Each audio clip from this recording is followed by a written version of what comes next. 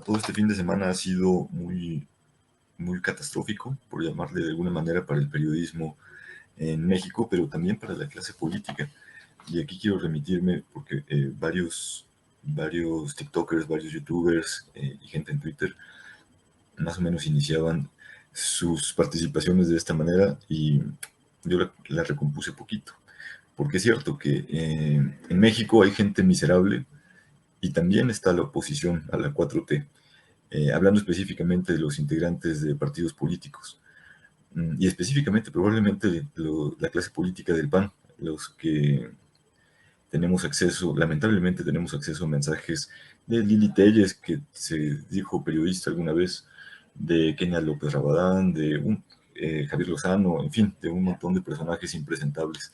Y probablemente esto no sea sorpresa, pues ya se ha hablado incluso de las condiciones hasta patológicas que puedan llegar a tener.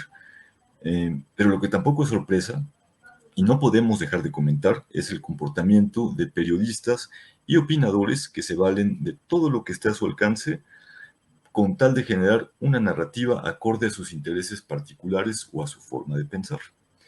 Quizá este asunto no sería tan grave si no se tratara de la vida o del bienestar de las personas que han sido víctimas de algún desastre natural, como lo ocurrido la semana pasada en el estado de Guerrero con el huracán Otis, el cual ha revelado cuán ruin puede llegar a ser una persona con tal de defender sus idearios partidistas. Y esta crítica se extiende también hacia buena parte de quienes utilizan las redes sociales, en donde se han leído cosas realmente espantosas, desde la invitación para no realizar donativos o el hecho de boicotear también a los centros de acopio organizados por las instancias gubernamentales, entre otras tantas barbaridades que no quiero ni mencionar.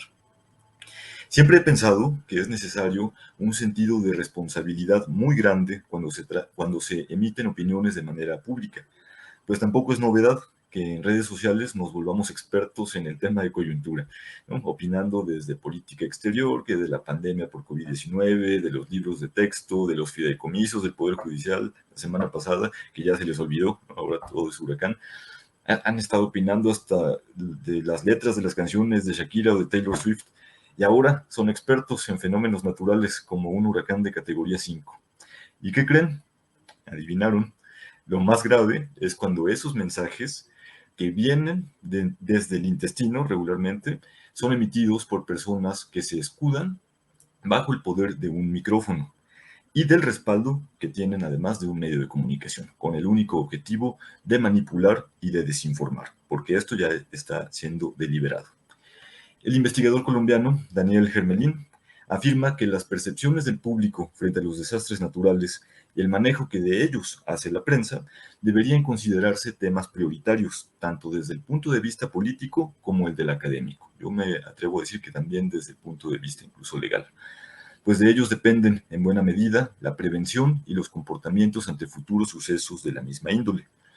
Me gustaría, bueno, más bien me gusta enfatizar siempre en el rol social del periodismo. Creo que esto lo hemos venido enfatizando durante todas estas semanas que hemos estado compartiendo este espacio, porque es en situaciones como las actuales cuando ese rol adquiere mayor significación, ya que magnifica la necesidad de la población de recibir información oportuna, veraz y contextualizada, de acuerdo con la urgencia del acontecimiento, para o con el objetivo de reducir la vulnerabilidad de las personas que estén siendo víctimas. Quiero remitirme primero al caso que documentó Pamela Cerdeira hace algunos meses, en el cual supuestamente colocó dispositivos AirTag de la marca Apple en sus donativos para los afectados de terremotos de Turquía a principios de este 2023. En aquel momento, su servidor no estaba al aire todavía en un 2x3 para analizar el caso desde un punto de vista periodístico. Sin embargo, bueno, a reserva de comprobar que la Sedena o el gobierno de la Ciudad de México hayan cometido una falta en la entrega de los donativos, el trabajo periodístico fue muy cuestionado en su momento, sigue siendo cuestionado hasta ahora, por sus inconsistencias y por su falta de rigor, resultando en suspicacias por su narrativa y los objetivos no explícitos de la comunicadora o del medio que representa. La consecuencia, en este caso, fue un ejemplo más de construcción del famoso término posverdad, es decir, una mentira o una verdad a medias que fue difundida ampliamente y que se queda en el imaginario de la opinión pública como verdadera. Bajo este antecedente, los detractores políticos del gobierno prefieren que nunca llegue la ayuda para el estado de Guerrero con el objetivo de generar caos y capitalizarlo para sus objetivos electorales. Esto es una estrategia muy ruin. Bueno, pues estas consecuencias son a las que se refiere el colombiano Germelín cuando existe un mal trabajo periodístico, como el que hizo Cerdeira hace unos meses, que es utilizado a conveniencia y de forma negativa en casos de emergencia humanitaria. Las consecuencias las estamos viendo todavía hoy con una nueva emergencia por el huracán. Ojo, eso no quita que la Sedena o el gobierno si hayan cometido alguna falta. Eh, Nadie va a meter nadie va a meter las manos por ningún político y menos por la Sedena, pero nos faltan pruebas, ¿no? El trabajo no estaba bien dado y sin embargo se fue distribuyendo de la forma más irresponsable, ¿no? Sin pruebas. Y cuando no existen pruebas, estamos mintiendo.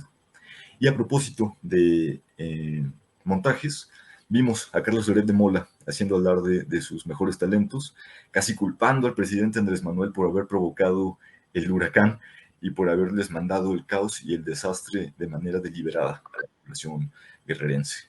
Dijo por ahí en sus redes sociales Poncho Gutiérrez en su cuenta de X, la oposición realmente cree que Andrés Manuel es el Mesías, ¿no? Creen que es todopoderoso y que les mandó el huracán que pasó de categoría 2 a categoría 5 en un tiempo récord, ¿no? Y que a propósito no les quiere ayudar.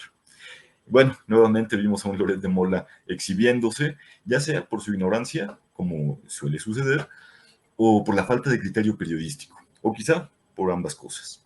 El resultado es la manipulación de la información cuando se refirió al cambio drástico de la categoría del huracán Otis y de las imágenes difundidas en el vehículo de la Sedena donde estaba el presidente Andrés Manuel atascado en lodo durante el trayecto a la zona de desastre. En ese mismo tenor vimos prácticamente una fila de periodistas y gente que se dedica a opinar en medios de comunicación y nos los tuvimos que chutar. Arriba Palacio, a Denise Dresser, a Penirey Ramírez, a Joaquín López Dóriga, a una lista muy grande de personajes que estaban básicamente bajo la consigna del oportunismo y de la carroña a través de la utilización de información falsa o deliberadamente tergiversada. Pues bien, las coberturas sobre crisis han puesto a prueba a las salas de redacción sobre la capacidad de reacción profesional, de los roles sociales y de la responsabilidad ante desastres naturales como sismos, huracanes, incendios, o también de aquellas crisis que son provocadas por la negligencia humana, como el derrumbe de minas, como lo que sucedió en Pasta de Conchos hace algunos años en Coahuila, el colapso de la línea 12 del metro en la Ciudad de México o la desaparición de los jóvenes estudiantes de Ayotzinapa. En todos estos casos, si hacemos un análisis de contenido de los medios, se han repetido estas mismas malas prácticas de la gente que se dedica especialmente a opinar o que tienen bajo su poder el micrófono o la pluma. Todos son eventos de crisis de los que debemos aprender como periodistas. Hay otros muchos casos, también recuerdo el caso de Frida Sofía en el sismo de 2017, el incendio de la guardería ABC en Hermosillo, los migrantes en San Fernando, Tamaulipas y un largo etcétera.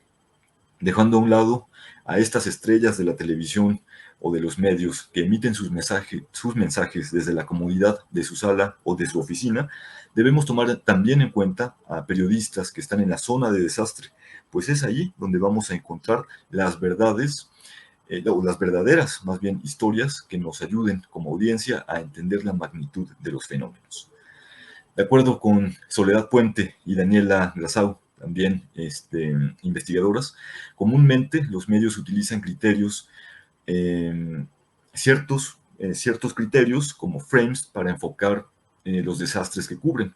Entre ellos pueden ser la mirada desde el trauma o el shock asociado al desastre, incluyendo la prevalencia de pánico y el surgimiento de saqueos, como lo que hemos visto reportado en Acapulco y algunas zonas aledañas, la mirada desde la responsabilidad, la mirada desde el conflicto, la mirada desde las víctimas, ya sea por su impotencia, como desde el surgimiento también de héroes héroes anónimos o héroes entre la propia población. Viene también la mirada desde las medidas propias del evento, como la implementación de refugios, los procesos de evacuación, etcétera. Las autoras chilenas afirman también que el uso descuidado de distintos enfoques puede convertirse en un problema de alcances éticos, debido a que si bien la noticia es emotiva en sí, la forma de narrarla y de dotarla de un encuadre influye en que esa emotividad aumente o disminuya.